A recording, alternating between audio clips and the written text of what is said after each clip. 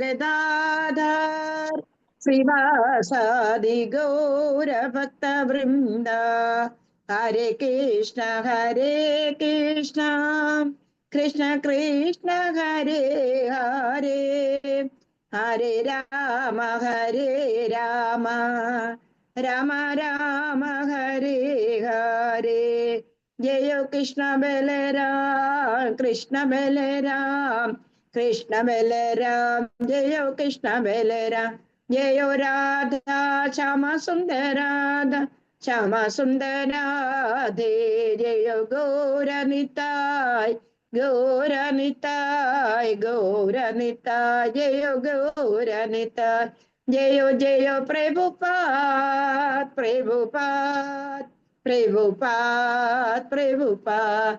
ജയോ ജയോ ഗുരുദേവ് ഗുരുദേവ് ഗുരുദേവ് ഗുരുദേവ്. നിത്യ ഗൗര ഹരി ബോൽ ഹരി ബോൽ ഹരി ബോൽ ഹരി ബോൽ. कृष्ण बलराम की जय, राधा श्याम सुंदर ललिता विशाखा देवी की जय, गुरुदिताई की जय, पंचदत्त की जय, षट गोसावीस की जय, गुरु परंपरा की जय जय जय जय श्री राधे श्याम. ओम अज्ञानतिमिरान्धस्य ज्ञानाञ्जनशलाकया चक्षुरुन्मीलितं येन तस्मै श्री गुरुवे नमः. तस्मै श्री गुरुवे नमः. तस्मै श्री गुरुवे नमः. सप्तकाचन गौरांगी राधे वृंदावनेश्वरी वृषभानुसुते देवी प्रणमामि हरिप्रिये. उग्रं वीर्यमहाविष्णुं ज्वलन्तं सर्वतोमुखं नरसिंहं भीषणं भद्रं मृत्युमर्त्यं नमामि. उग्रं वीर्यमहाविष्णुं ज्वलन्तं सर्वतोमुखं नरसिंहं भीषणं भद्रं मृत्युमर्त्यं नमामि. उग्रं वीर्यमहाविष्णुं ज्वलन्तं सर्वतोमुखं नरसिंहं भीषणं भद्रं मृत्युमर्त्यं नमामि. श्री श्री नरसिंह भगवान की जय, नरहरि की जय, प्रहलाद महाराज की जय. जय जय जय श्री राधे श्याम. നമ്മൾ ഇന്നലെ ഭഗവാന്റെ ആവിർഭാവം, പിന്നെ മായാദേവി യോഗമായയുടെ ആവിർഭാവം നമ്മൾ ഇന്നലെ ഇതെല്ലാം കണ്ടു. ഇന്നിനി എന്താ പൂതന മോശം നമുക്ക് പൂതനയ്ക്ക് പോലും ഭഗവാൻ മോശം കൊടുക്കുന്നുള്ളതാണ്. അങ്ങനെ നമ്മൾ ആണെന്നുണ്ടെന്നുണ്ടെങ്കിൽ ഇന്നത്തെ ദിവസം ഇന്നലെ കണ്ടു നമ്മള് കംസനാണെന്നുണ്ടെന്നുണ്ടെങ്കിൽ എന്താ ചെയ്തത്. ആദ്യത്തെ കുഞ്ഞിനെയാണെന്നുണ്ടെങ്കിൽ വസുദേവർ കൊണ്ടുകൊടുത്ത സമയത്താണെന്നുണ്ടെന്നുണ്ടെങ്കിൽ പറഞ്ഞു, ഈ കൊച്ചിനെയല്ല ഞാന്, ഈ കുഞ്ഞല്ല എന്നെ കൊല്ലാൻ വരുന്നത്, എട്ടാമത്തെ ദേവകിയുടെ എട്ടാമത്തെ പുത്രനാണ്, അതുകൊണ്ട് നിങ്ങൾ കൊണ്ടുപോയി വളർത്തു എന്ന് പറഞ്ഞിട്ട് നല്ല പിള്ളയായിട്ട് എന്ത് ചെയ്തു, വസുദേവർക്ക് ആ കുട്ടിയെ തിരിച്ചു കൊടുത്തു എന്നുള്ളതായിരുന്നു. പക്ഷെ ആ സമയത്താണ് നാരദര് വന്നിട്ടാണെന്നുണ്ടെങ്കിൽ കംസനെ പറയുന്നത്, നോക്കൂ ആദ്യത്തെ ഇവരെല്ലാവരും എന്ന് പറഞ്ഞാൽ ദേവാംശന്മാരാണ്, അതുകൊണ്ടാണെന്നുണ്ടെങ്കിൽ ആദ്യത്തെ കുഞ്ഞ് ചിലപ്പോൾ എട്ടാമത്തെ കുഞ്ഞാവും, എട്ടാമത്തെ കുഞ്ഞ് ചിലപ്പോൾ ആദ്യത്തെ കുഞ്ഞാവും, ഇവരുടെ കണക്കൊന്നും നമുക്കറിയില്ല, അതുകൊണ്ട് നീ അങ്ങനെ ചെയ്യരുതെന്ന് പറഞ്ഞു. പിന്നെ കംസൻ അങ്ങനെ ദേവകിയും വസുദേവരെയും ജയിലിൽ കൊണ്ടുവന്നിടുന്നു. അങ്ങനെ 6 കുട്ടികളെയും കൊല്ലുന്നു. ഏഴാമത്തേത് സംഘർഷണൻ ബലഭദ്രസ്വാമി ഉണ്ടാവുന്നു. അതെല്ലാം ഞാൻ നമ്മളെ ഡീറ്റെയിൽ ആയിട്ട് കണ്ടതാണ്. അടുത്തത് 8ാമത്തെ ശ്രീകൃഷ്ണ ഭഗവാന് മധുരയിലെ ജയിലില് ശംഖചക്ര ഗദാധാരിയായിട്ട് അവതരിക്കുന്നു. ആ കുട്ടിയെ കൊണ്ടുവന്നിട്ട് ഭഗവാനോട് ദേവകി ദേവിയും വസുദേവരും സ്തുതിക്കുന്നു. എന്നിട്ട് പറയുന്നുണ്ട്, ഭഗവാനെ ഈ രൂപത്തിൽ കണ്ട കംസ അന്നേരം തന്നെ അങ്ങനെ വധിക്കും, അതുകൊണ്ട് ബാലരൂപത്തിൽ വരണമെന്ന് പറഞ്ഞു. എന്നിട്ട് അമ്മയുടെ ആഗ്രഹം അനുസരിച്ച് കുട്ടി ഭഗവാനെ ബാലരൂപത്തിൽ വന്നിട്ട് വസുദേവരോട് പറഞ്ഞു, എന്നെ ഗോകുലത്തില് യശോദ എന്ന് പറയുന്ന ഒരു ഗോപസ്ത്രീ ഉണ്ട്, അവിടെ ആണെന്നുണ്ടെങ്കിൽ അവർക്ക് ഒരു പെൺകുഞ്ഞ് പിറന്നിട്ടുണ്ട്, എന്നെ അവിടെ കിടത്തിയിട്ട് ആ പെൺകുഞ്ഞിനെ ഇവിടെ കൊണ്ടുവരണമെന്ന് പറഞ്ഞു. അതേപോലെ തന്നെ വസുദേവര് കൃഷ്ണനെ അവിടെ കിടത്തിയിട്ട് എന്നിട്ട് എന്ത് ചെയ്തു, കൃഷ്ണൻ എന്നുള്ള പേരൊന്നുമില്ല, ആ കുഞ്ഞിനെ അവിടെ കിടത്തിയിട്ട് ആ ദേവിയെ കൊണ്ടുവരുന്നു. ദേവിയെ 8ാമത്തെ പുത്രനല്ലേ നിന്നെ കൊല്ലുമെന്ന് പറയുന്നത്. അന്നേരം ദേവകി ദേവി ആ പെൺകുഞ്ഞിനെയാണെന്നുണ്ടെന്നുണ്ടെങ്കിൽ വസുദേവര് യശോദയുടെ കുട്ടിയെ കൊണ്ടുവന്ന് ദേവകി ദേവിയുടെ അടുത്ത് കിടത്തുന്നത്. അപ്പോഴാണ് ഈ ഭടന്മാരെല്ലാം ഉണരുന്നത് എന്നുള്ളത്. ആ കുഞ്ഞിന്റെ ശബ്ദം കേട്ടിട്ടാണെന്നുണ്ടെങ്കിൽ ഓടിച്ചെന്ന് കംസനോട് പറഞ്ഞ്, കംസൻ വരുന്ന സമയത്ത് ദേവകി ദേവി ഇതൊരു പെൺ പൈതലാണ്, അങ്ങയെ ഈ കുട്ടി ഒന്നും ചെയ്യില്ല, അങ്ങയെ കൊല്ലാനുള്ളവളല്ല ഇത്, അതുകൊണ്ട് ഇവളെ കൊല്ലരുതേ എന്ന് യാചിച്ചു. എന്നിവ പോലും എന്ത് ചെയ്തു, കംസനാണെന്നുണ്ടെന്നുണ്ടെങ്കിൽ ആ കുട്ടിയെ വട്ടക്കല്ലേല് ശിലമേൽ അടിച്ച് കൊല്ലാൻ വേണ്ടിയിട്ട് ആ കുഞ്ഞിനെ ഇങ്ങനെ കിഴക്കാൻ തൂക്ക് വെക്കുന്ന സമയത്ത് ആ കുട്ടി കംസന്റെ കയ്യിൽ നിന്നിട്ട് വഴുതിയിട്ട് ആകാശത്തിലേക്ക് പോകുന്നു. അഷ്ടഭുജധാരിയായിട്ട് 12 ഭുജം എന്ന് ചിലതി പറയുന്നുണ്ട്, ഇത് അഷ്ടഭുജം. എന്നിട്ട് ചണ്ഡി ദേവിയായിട്ട് അവിടെ പ്രത്യക്ഷപ്പെട്ടിട്ട് പറയുന്നുണ്ട്, നിന്നെ കൊല്ലാനുള്ളവൻ ഈ ഭൂമിയിൽ ജനിച്ചിട്ടുണ്ട്, നീ അവനെ എവിടാണെന്ന് വെച്ചാൽ കണ്ടുപിടിച്ച് നീ അവനെ കൊല്ലാൻ നോക്കാൻ പറയും. എന്നെ എന്തിനാണ് ഞാൻ നീയായിട്ട് എന്തെങ്കിലും പ്രശ്നമുണ്ടോ? ഇല്ലല്ലോ, എന്നെ എന്തിനാ എന്നെന്ന് പറഞ്ഞിട്ട് ദേവി അവിടുന്ന് അപ്രത്യക്ഷമാകുന്നു. അങ്ങനെ 108 ദേവീസ്ഥാനങ്ങളിൽ ഈ ദേവി തന്നെയാണ് ഉള്ളതാണ്. ചണ്ഡികയായിട്ടും ദുർഗയായിട്ടും പാർവതിയായിട്ടും ഭദ്രകാളിയായിട്ടും അങ്ങനെ എല്ലാ ദേവിയുടെ ഓരോരോ ഇതായിട്ട് 108 ദുർഗസ്ഥാനങ്ങൾ നമ്മുടെ ഈ ഇന്ത്യയിൽ തന്നെ ഉണ്ടെന്നുള്ളതാണ്. അങ്ങനെ എന്നിട്ട് എന്ത് ചെയ്തു? കൃഷ്ണന് പിറ്റേ ദിവസം ഗോകുലത്തില് കുഞ്ഞ് ഉണ്ടായില്ലേ. നന്ദഗോപർക്കും യശോദയ്ക്കും ഇത്രയും പ്രായമായതിനു ശേഷമാണ് അവർക്ക് കുട്ടി ഉണ്ടായിരിക്കുന്നത്. അത് മാത്രമല്ല, ഇത്രയും അതിസുന്ദരനായിട്ടുള്ള കുഞ്ഞ്, ആ കുഞ്ഞിനെ കണ്ടിട്ട് ഒരു മനുഷ്യർക്കും അവനവന്റെ വീട്ടിൽ പോലും പോകാൻ തോന്നുന്നില്ല എന്നുള്ളതാണ്. അങ്ങനെയാണ് ഗോകുലത്തിൽ കൃഷ്ണ ജന്മോത്സവം നമ്മൾ കണ്ടു. ഭയങ്കര ആഘോഷമായിട്ട് അതിനെ കൃഷ്ണൻ ജനിച്ചത് പിറ്റേ ദിവസം ബ്രാഹ്മണർക്കെല്ലാം ഇഷ്ടംപോലെ ദാനമൊക്കെ ചെയ്ത് വളരെ ആഘോഷമായിട്ട് അവർ കൊണ്ടു. പക്ഷെ ഇവിടെയാണെന്നുണ്ടെങ്കിൽ കംസൻ എന്താ ചെയ്തത്?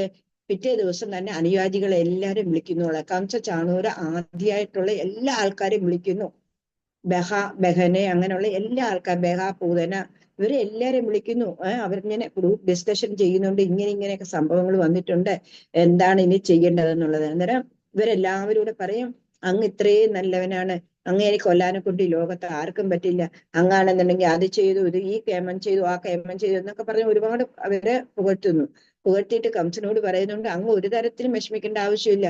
ഇന്നേക്ക് 10 ദിവസം മുന്നേ ജനിച്ച കുട്ടികളെ എല്ലാം അങ്ങ് കൊന്നാ പോരായോ? അന്നേരം ഈ കൊച്ചു അതിനകത്ത് കാണത്തില്ലേ, പിന്നെ എന്തിനാ അങ്ങ് ഇങ്ങനെ വിഷമിക്കുന്നതെന്ന് പറയും. അന്നേരം പൂതന എന്ന് പറഞ്ഞ സ്ത്രീയാണ്. അന്നേരം ബഹന്റെ പെങ്ങളാണ് പൂതന. ആ പൂതനയാണെന്നുണ്ടെങ്കിൽ ഉടനെ പറയും, ഞാൻ പോയിട്ട് കൊല്ലാം. ഞാനൊരു സ്ത്രീയാണ്, വളരെ സുന്ദരിയായിട്ടുള്ളൊരു സ്ത്രീയുടെ വേഷം എടുത്തിട്ട് കാഹോള വിഷം അതില് മുലയില് തേച്ചിട്ട് ഞാൻ കൊണ്ടുപോയി ആ കുഞ്ഞുങ്ങളെ എല്ലാം കൊല്ലാമെന്ന് പറയും. അങ്ങനെ അവളാണെന്നുണ്ടെങ്കിൽ അതിസുന്ദരി, അസുര സ്ത്രീയാണ്.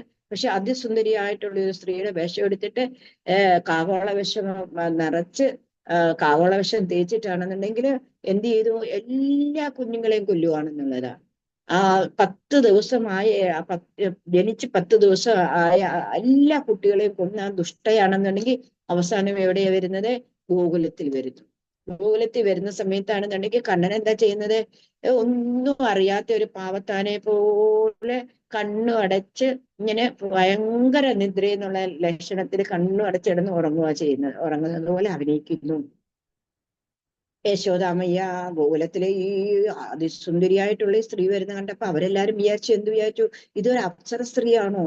അതോ ഇതാണെന്നുണ്ടെന്നുണ്ടെങ്കിൽ ഇവൾ ആരാണ്? ഇത്രയും അതിസുന്ദരിയായിട്ടുള്ള ഒരു സ്ത്രീ ചിലപ്പോ അപ്സരയായിരിക്കും, കണ്ണനെ കാണാൻ വന്നയായിരിക്കും, കുഞ്ഞിനെ കാണാൻ വന്നയായിരിക്കും ദേവലോകത്തുനിന്ന് എന്നൊക്കെ അവരങ്ങ് ചിന്തിച്ചു പോയി എന്നുള്ളതാണ്.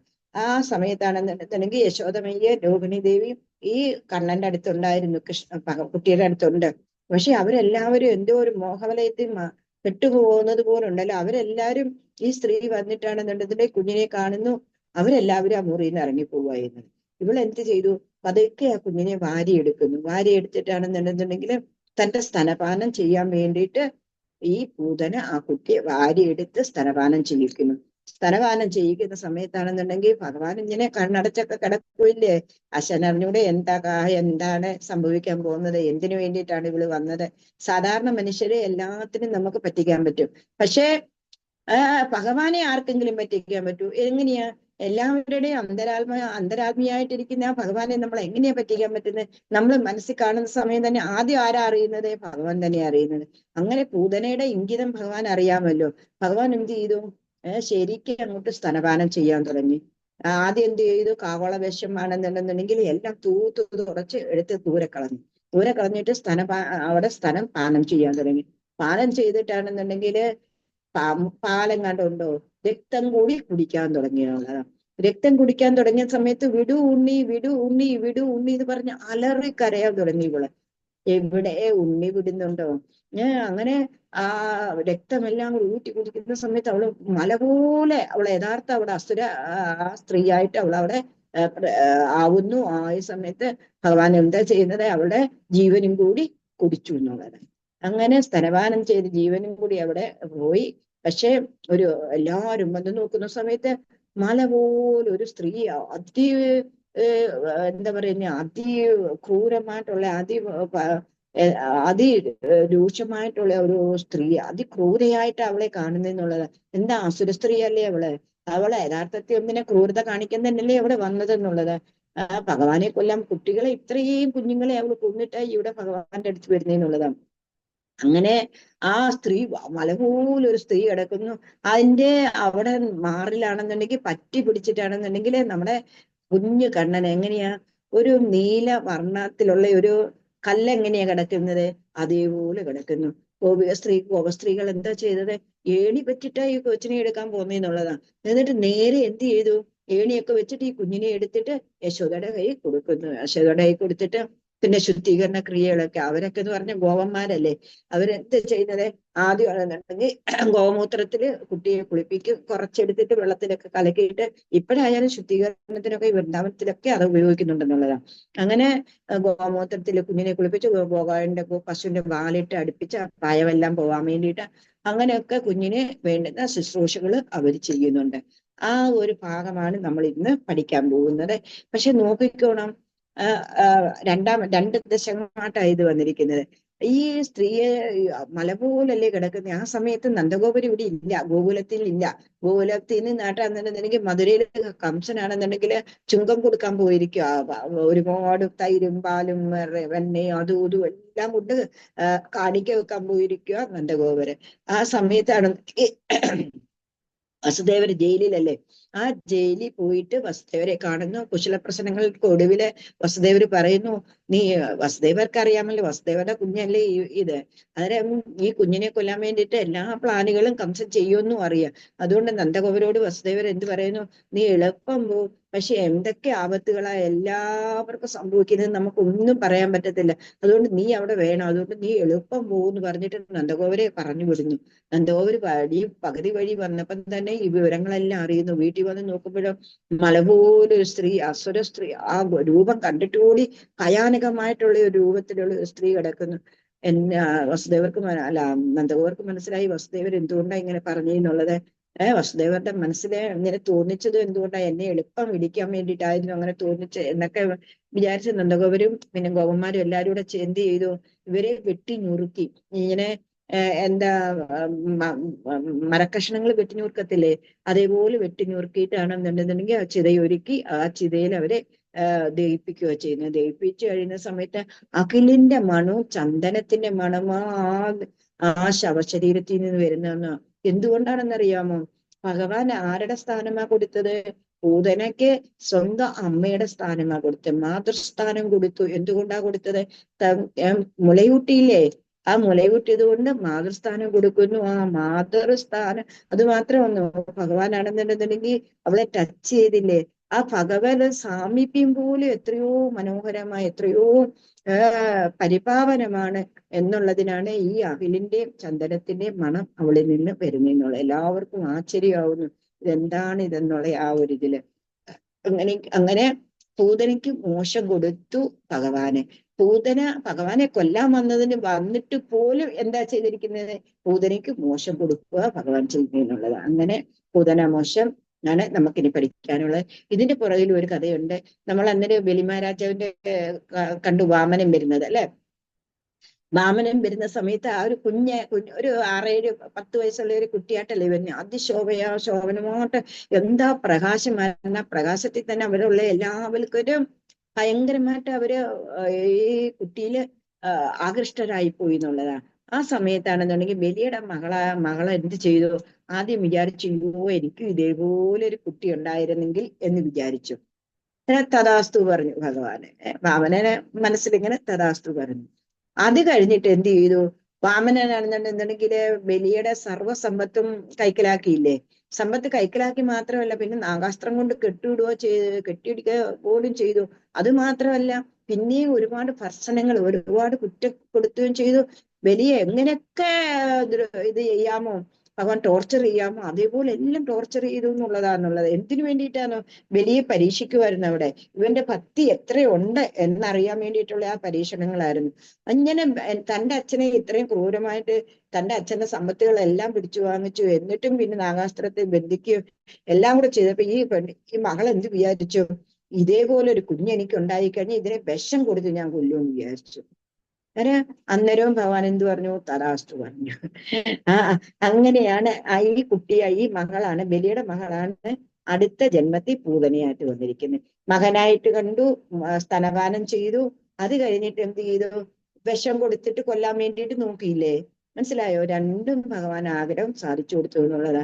അതാ പറയുന്നത് ഭക്തന്മാരുടെ ആഗ്രഹങ്ങളെല്ലാം ഭഗവാൻ സാധിച്ചു തരും എന്നുള്ളത്. അതായത് നമ്മുടെ ആഗ്രഹം എങ്ങനെയൊക്കെ ഉള്ളതാണെന്ന് നമ്മൾ തന്നെ തീരുമാനിച്ചോണം. ഈ കുട്ടിയുടെ കൂടെ ആ കൂട്ടാവൻ എന്നാൽ തന്നെ അവർക്ക് എന്ത് ബെനിഫിറ്റ് അല്ലേ ഉണ്ടായി? എന്താ മോശമല്ലേ കിട്ടിയതെന്നുള്ളതാണ്. പോലും ഭഗവാൻ സ്വന്തം മാതൃസ്ഥാനമാണ് കൊടുത്തിരിക്കുന്നത്. ആ മാതൃസ്ഥാനം കൊടുത്തത് കൊണ്ടാണ് അകലിന്റെ ചന്ദനത്തിന്റെ മണം ആ ഡെഡ് ബോഡിയിൽ നിന്ന് വരുന്നതെന്നുള്ളത്. അതുകൊണ്ട് നമുക്കിനി അടുത്തതായിട്ട് പൂതനാമോക്ഷം പഠിക്കാം. എല്ലാവരും റെഡിയല്ലേ?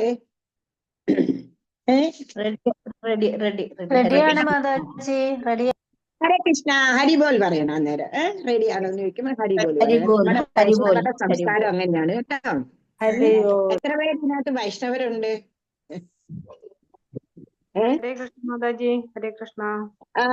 ഹരിബോൾ, ഹരിബോൾ.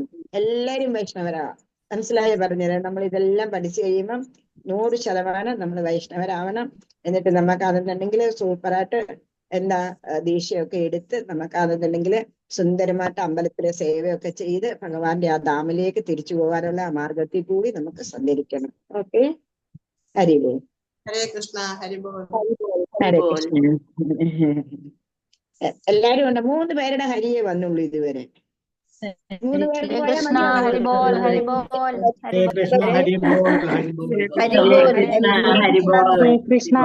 പോയാൽ എല്ലാവർക്കും ഇനി വൈകുണ്ഠത്തിലേക്ക് പോകാനുള്ള മാർഗം നമുക്ക് വേണം. അല്ലാന്നുണ്ടെങ്കിൽ ഉണ്ടല്ലോ ഇനി നമുക്ക് ജന്മമൃത്യു ജരാവ്യാധി വേണ്ട. എന്തുകൊണ്ടാണെന്ന് അറിയാമോ?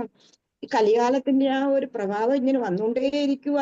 പരീക്ഷത്ത് ഭഗവാനെ കണ്ട്, ഗർഭത്തിലെ ഭഗവാനെ കണ്ടതായിരുന്നു പരീക്ഷത്ത്. എന്നിട്ട് ആ പരീക്ഷത്തിനെ പോലും കലി ബാധിച്ചു എന്നുള്ളതാണ്. പിന്നെ നമ്മളെപ്പോലുള്ള ആൾക്കാരെ കലി ബാധിക്കത്തില്ലേ? അതുകൊണ്ട് തീർച്ചയായിട്ടും നമുക്ക് ഇനി നമ്മളിപ്പം ജനിച്ചു പോയി, അതുകൊണ്ട് നമുക്ക് മരിച്ചേ പറ്റത്തുള്ളൂ അല്ലെ? അന്നേരം ആ പ്രയാണം നമുക്ക് എങ്ങോട്ടായിരിക്കണം? സാക്ഷാൽ വൈകുണ്ഠത്തിലേക്കായിരിക്കണം. ഇനി ജന്മമൃത്യു ജരാവ്യാധി വേണ്ട. അതിനുള്ള എല്ലാ മാർഗങ്ങളും നമ്മൾ ചെയ്തുകൊണ്ടേ ഇരിക്കണം. അതിനുള്ള ആദ്യത്തെ മാർഗം എന്താണ്? ഹരേ കൃഷ്ണ മഹാമന്ത്രം. എന്തേ? ഹരേ കൃഷ്ണ മഹാമന്ത്രം നമ്മൾ നല്ലതുപോലെ ചെല്ലുക. അത് കഴിഞ്ഞിട്ട് 16 റൗണ്ടിലേക്ക് എല്ലാവരും കൊണ്ടുവരിക. അത് കഴിഞ്ഞിട്ട് നമ്മൾ എന്ത് ചെയ്യണം? ഭാഗവതം ഭഗവാൻ തന്നെയാണ്. ഭാഗവതം പഠിക്കുക, പിന്നെ ഭഗവത്ഗീത പഠിക്കുക.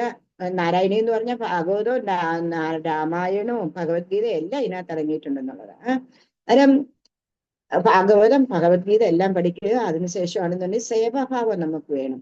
എത്ര നമ്മൾ ഭഗവാന്റെ കാര്യങ്ങളിൽ സേവ ചെയ്യുന്നുണ്ടോ അത്രയും നമുക്ക് പെട്ടെന്ന് നമുക്ക് എന്താ ഭഗവത് സന്നിധിയിലേക്കുള്ള മാർഗം കിട്ടും. നമുക്ക് ലിഫ്റ്റ് കയറി തന്നെ പോവാം, സ്റ്റെപ്പിൽ കയറി പോവണ്ട. അതുകൊണ്ട് മനസ്സിലായോ? അങ്ങനെ ആ സേവാഭാവം സത്സംഗങ്ങളിലെല്ലാം അറ്റൻഡ് ചെയ്യുക. സത്സംഗങ്ങളിൽ നമുക്കാണെങ്കിൽ എന്താ ധനത്താല് തനൂലായും എന്ന് പറഞ്ഞ ശരീരത്താലായാലും എല്ലാ സേവകളും നമ്മൾ ചെയ്യുക. ഭക്തന്മാരുടെ സേവ ചെയ്യുക. ഭഗവാൻ ഏറ്റവും ഇഷ്ടം ഭക്തന്മാരുടെ സേവ ചെയ്യുക എന്നുള്ളതാ. പറയുന്നുണ്ട്, ഭൃത്യരിയുടെ സേവ ചെയ്യാനുള്ള അനുഗ്രഹം എനിക്ക് തരണേ ഭഗവാനെ എന്നുള്ളത്. അങ്ങനെയുള്ളവരോടാണ് ഭഗവാൻ ഏറ്റവും കൂടുതൽ ഇഷ്ടം. ജലം എന്ന് പറഞ്ഞു കഴിഞ്ഞാൽ താഴേക്കാണ് ഒഴുകുന്നത്, മേലോട്ടല്ല ഒഴുകുന്നത്. മനസ്സിലായി പറഞ്ഞത്? അതേപോലെ ഒരു നദി എന്ന് പറഞ്ഞു കഴിഞ്ഞാല് അങ്ങനെ ഒഴുകിക്കൊണ്ടേയിരിക്കും. ഒഴുകിയിട്ട് എങ്ങോട്ടാ പോകേണ്ടത്? അതിന്റെ ഒരു പർപ്പസ് ഉണ്ട്. എവിടെ അതിനെ ചെന്ന് ചേരേണ്ടത്? സമുദ്രത്തിലാണ് ചെന്ന് ചേരേണ്ടത്. അതേപോലെ നമ്മളും ഭക്തി എങ്ങനെ വേണം? അകൈതുകീ ഭക്തി. അത് യാതൊരുവിധ തടസ്സവുമില്ലാതെ നമ്മൾ ആ ഭക്തിയിലെ തന്നെ മുന്നോട്ട് പോകണം. ആ ഭക്തിയിൽ മുന്നോട്ട് പോയി നമുക്ക് നദിക്ക് എങ്ങനെ സമുദ്രത്തിൽ ചേരുന്നത് പോലെ നമ്മളാണെന്നുണ്ടെങ്കിൽ ഭക്തിയിൽ മുന്നോട്ട് വന്നിട്ട് ഭഗവത് പാദത്തിൽ നമുക്ക് ഭഗവാന്റെ ധാമിൽ പോയിട്ട് ഭഗവാന്റെ സേവ ചെയ്ത് നമുക്ക് സന്തോഷത്തോടു ജീവിക്കണം. ആ നദി എന്ന് പറഞ്ഞു കഴിഞ്ഞാൽ നമുക്ക് നദി ഒഴുകുന്ന സമയത്ത് എത്രയോ പേർക്കാണ് അതിന്റെ ഉപകാരം വരുന്നത് അല്ലേ? ഓരോരുത്തരും പണ്ടൊക്കെയുള്ള ആൾക്കാർ വെള്ളം അതിൽ നിന്ന് എടുത്തിട്ട് കുടിക്കുകയും പിന്നെ ബാക്കി എല്ലാ കാര്യങ്ങളും ആ നദിയിൽ നിന്ന് തന്നെയാണ് ഇപ്പോഴായാലും ഇത് എന്താ പറയുന്നത് കായലിൽ നിന്നൊക്കെയല്ലേ വെള്ളം ഇങ്ങനെ അതിന്റെ ടാങ്ക് കിട്ടിയിട്ടൊക്കെ ഇങ്ങനെ ശുദ്ധീകരിച്ച് നമുക്കൊക്കെ വെള്ളം തരുന്നത്. ഇവിടെ ഗാവേറിയയിലില്ല, ഗ്രാമപ്രദേശത്തില്ല, പട്ടണത്തിലൊക്കെ അങ്ങനെയല്ലേ വെള്ളം കിട്ടുന്നതെന്നുള്ളതാണ്. അങ്ങനെ ആ നദിയിൽ നിന്ന് എല്ലാവർക്കും ആ നദി ഉപകാരപ്രദമാവുന്നുണ്ട്. അതേസമയം ഉണ്ടല്ലോ കെട്ടിക്കിടക്കുന്ന ഒരു തടാകം, ആ കെട്ടിക്കിടക്കുന്ന തടാകത്തിലാണെന്നുണ്ടെങ്കിൽ ഒരു മീൻ പോലും വളരില്ല. എന്തുകൊണ്ടാ? പായല് കയറി മൂടിക്കാണോ അതിനകത്ത്, അല്ലേ? അതിന്റെ വെള്ളം കൊണ്ട് ആർക്കെങ്കിലും എന്തെങ്കിലും ഒരു പ്രയോജനമുണ്ടോ എന്ന് പറയുന്നത് പോലെയാണ് നമ്മളായി കഴിഞ്ഞു കഴിഞ്ഞാലും നമുക്ക് എന്തുണ്ടോ അത് ഭഗവത് സന്നിധിയിലേക്ക്, ഭഗവാന്റെ സേവയിലേക്ക് നമ്മൾ ചെയ്യണം. ഭഗവത് സേവയ്ക്ക് വേണ്ടിയിട്ടുള്ളതായിരിക്കണം നമ്മൾ അല്ലാതെ ഈ ഭൂമിയിൽ ചോരന്മാരാവരുത്, എന്താ കള്ളന്മാരാവരുത്. ഇതെല്ലാം ഭഗവാന്റെയാണ്, അല്ലെ? നമ്മൾ വന്നപ്പോ നമുക്ക് ഇതെല്ലാം നമ്മുടെ അച്ഛനും അമ്മയും അല്ലെങ്കിൽ അവര് അങ്ങനെ വരുന്ന ആ തലമുറകൾ അങ്ങോട്ട് പോകുന്ന സമയത്ത് ഇതെല്ലാം ആരുടെയായിരുന്നു? ഭഗവാന്റെ. പിന്നെയാണ് നമ്മളെ നമ്മുടെയാന്ന് പറഞ്ഞു വെച്ചോണ്ടെങ്കിൽ ഇപ്പോഴായാലും ഇതെല്ലാം ഭഗവാന്റെ തന്നെയാണ്. പിന്നെ ഭഗവാന്റെ കാര്യങ്ങളില് നമ്മൾ എന്തെങ്കിലുമൊക്കെ ചെയ്ത് നമുക്ക് എന്തെങ്കിലുമൊക്കെ കിട്ടിക്കഴിഞ്ഞു കഴിഞ്ഞാൽ മൊത്തം നമ്മളങ്ങ് സേവിക്കരുത്. എന്താ ചെയ്യേണ്ടത്? അതിലെ ഒരംശം, ബാക്കി എല്ലാ കാസ്റ്റുകളും അത് ചെയ്യുന്നുണ്ടെന്നുള്ളതാണ്. നമുക്ക് അവർക്കൊക്കെ കിട്ടുന്നതിന്റെ 25% അല്ലെങ്കിൽ 10% തീർച്ചയായിട്ടും അവർക്ക് പള്ളിക്കും മസ്ജിദിനും കൊടുക്കണം എന്നുള്ളതാണ്. എന്താ അവിടുത്തെ അച്ഛന്മാരായി കഴിഞ്ഞാലും ഈ മസ്ജിദിലെ പിന്നെ ആൾക്കാരായി കഴിഞ്ഞാലും എല്ലാം ഈ ഒരു ഇൻകം കൊണ്ടാണ് അവർ ജീവിച്ചു പോകുന്നതെന്നുള്ളത്. അങ്ങനെ ആ പള്ളി പണിയാനെ കൊണ്ടായാലും നമ്മുടെ അതേപോലെ അമ്പലങ്ങൾക്ക് ആയി കഴിഞ്ഞു കഴിഞ്ഞാൽ, അമ്പലം എന്ന് പറഞ്ഞു കഴിഞ്ഞു കഴിഞ്ഞാല് നമ്മളെന്താ ആധ്യാത്മികമായിട്ട് ഇമ്പ്രൂവ്മെന്റ് വരാനുള്ള ഒരു സ്ഥലമായിരിക്കണം അമ്പലം എന്നുള്ളത്. അല്ലാതെ വെറുതെ അവിടെ വന്നിട്ട് തൊഴുതു ഒരു ചന്ദനക്കുറിയിട്ട് നമ്മുടെ വീട്ടിൽ വന്നതുകൊണ്ട് അത് ഭക്തരാവണമെന്നില്ല. നമ്മള് എന്താ നമുക്ക് കിട്ടുന്ന എന്ത് കാര്യമായി കഴിഞ്ഞാലും നമ്മൾ വേറുള്ളവർക്ക് കൂടി പകർന്നു കൊടുക്കണം. അങ്ങനെ പ്രചാരം, ആ പ്രചാരമാണ് ജീവിതത്തിന്റെ മെയിനായിട്ടുള്ള ഒരു പർപ്പസായിട്ട് ഞങ്ങൾ എല്ലാവരും കരുതുന്നതെന്നുള്ളത്. അതുകൊണ്ടാണ് നമ്മൾ രായെന്നില്ല പകലെന്നില്ല എല്ലാ സമയം എപ്പം പറഞ്ഞു കഴിഞ്ഞു കഴിഞ്ഞാലും ഇതേപോലെ ക്ലാസ്സുകൾ എടുക്കാനും എല്ലാത്തിനും തയ്യാറാവുന്നതെന്നുള്ളതാണ്. അന്നേരം തീർച്ചയായിട്ടും നമ്മൾ ഇങ്ങനെയൊക്കെയുള്ള കാര്യങ്ങൾക്ക് ഭാഗവതം നല്ലോണം പഠിക്കുന്ന ആൾക്കാർക്ക് ശരിക്കും അറിയാവുന്നുള്ളതാ. എന്താ ഭാഗവതത്തിൽ ശരിക്കും പറയുന്നുണ്ട്, എല്ലായിടത്തും പറയുന്നുണ്ട് സത്സംഗം. അതായത് 4 പ്രിൻസിപ്പിൾസ് ഉണ്ട്. അതിനകത്ത് പറയുന്നുണ്ട് ABCDയിലെ അസോസിയേഷൻ. എന്ന് പറഞ്ഞ അസോസിയേഷൻ എങ്ങനെയാ? ഭക്തന്മാരുടെ കൂട്ടായ്മ. ഭക്തന്മാരുടെ കൂട്ടായ്മ തന്നെയാണ് സത്സംഗം എന്നുള്ളത്. അതുകൊണ്ട് ആ സത്സംഗങ്ങൾക്ക് വേണ്ടുന്ന എല്ലാവിധ പ്രോത്സാഹനങ്ങളും നിങ്ങൾ എല്ലാവരും ചെയ്യണം. നമുക്കൊക്കെ ഇൻഡയറക്റ്റ് ഉണ്ടല്ലോ, നമ്മുടെ അക്കൗണ്ടിൽ അത് വളരെ ഒരു പ്ലസ് പോയിന്റ് ആയിട്ട് എഴുതപ്പെടും. ആരെഴുതും? ചിത്രഗുപ്തൻ അവിടെ എഴുതി കഴിയും. മനസ്സിലാവുന്നുണ്ടോ പറഞ്ഞത്? അതുകൊണ്ട് അങ്ങനെയൊക്കെയുള്ള കാര്യങ്ങളിൽ മുന്നോട്ട് വരിക. നമുക്ക് നമ്മുടെ ക്ലാസ്സിലേക്ക് പോവാം. ഓക്കെ. തദനും നന്ദമന്ദ ശുഭാസ്പദം നൃപപുരീം കരദാന കൃതേഹിതം സമവലോക്യ ജഗാദ ഭവത്പിതാ വിദിത കംസ സഹായ ജനോദ്യമാ. എന്റെ തൊണ്ടയ്ക്ക് ഒരിച്ചിരി പ്രശ്നം, രാവിലെ തൊട്ടേ സംസാരം, അതുകൊണ്ട്. തദനു നന്ദമമന്ദ ശുഭാസ്പദം നൃപപുരീം കരദാന കൃതേ ഗതാ സമവലോക്യ ജഗാദ ഭവത്പിതാ വിദിത കംസ സഹായ ജനോദ്യമാ. തദനു നന്ദമമന്ദ ശുഭാസ്പദം നൃപപുരീ കരദാന കൃതേ ഗതാ സമവലോക്യ ജഗാദ ഭവത്പിതാ വിദിത കംസ സഹായ ജനോദ്യമാ. അത്രയും വലിയ പാടില്ല. ഇത് പൂതനാമോക്ഷമാണ്. ദശകം 40 പൂതനാമോക്ഷമാണ് നമ്മൾ പഠിക്കുന്നത്. തദനു നന്ദമമന്ദ ശുഭാസ്പദം നൃപപുരീം കരദാന കൃതേ ഗതാ സമവലോക്യ ജഗാദ ഭവത്പിതാ വിദിത കംസ സഹായ ജനോദ്യമാ. വായിച്ചാട്ട്. ഹരേ കൃഷ്ണ. ഓ നമോ ഭഗവതേ വാസുദേവായ. തദനു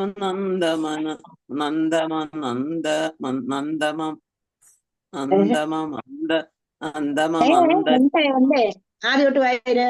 തദനു നന്ദമമന്ദ ശുഭാസ്പദം നൃപപുരീം കരദാന കൃതേ ഗതം സമവലോക്യ ജഗാദ ഭവത്പിതാ വിദിത കംസ സഹായ ജനോദ്യമാഃ. ഹരേ കൃഷ്ണ. ഹരേ കൃഷ്ണ. ആരെന്താ തപ്പിയത്? അങ്ങനെ ആരെ നോക്കിയായിരുന്നു വായിച്ചത്? നന്ദമമന്ദ അമന്ത അമന്ത തതേനു നന്ദ അമന്ത ശുഭാസ്പദം. ഓക്കെ, വായിച്ചോളൂ അടുത്താള്.